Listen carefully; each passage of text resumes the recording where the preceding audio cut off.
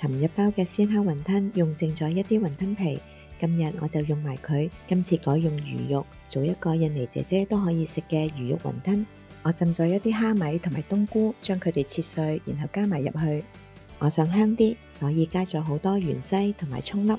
調味方面，因為我買嘅係有味嘅鯪魚肉，所以唔需要落好多味，只要簡單咁加少少大地魚粉同埋胡椒粉。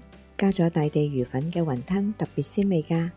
調好味之後，就將佢向同一個方向攪拌均勻，攪到起膠，咁就可以開始包雲吞啦。同包鮮肉雲吞一樣，將塊雲吞皮放喺虎口上邊，不入適量嘅魚肉，將佢放喺中間壓入去，將佢揸埋口，唔好俾啲魚肉突出嚟，咁就係最簡單嘅包雲吞方法啦。話咁快，所有雲吞都包晒啦，煲滾一煲水，然後將啲雲吞一粒一粒咁加入去。加咗入去之後，攪一攪佢，唔好俾佢黐底。你睇下，啲雲吞煮熟之後就會一粒一粒咁樣浮上嚟㗎啦。我覺得呢個魚肉雲吞都好彈牙，好鮮味。最重要嘅係呢個魚肉雲吞可以俾2個印尼姐姐食啊嘛，佢哋食過都話好鮮味啊。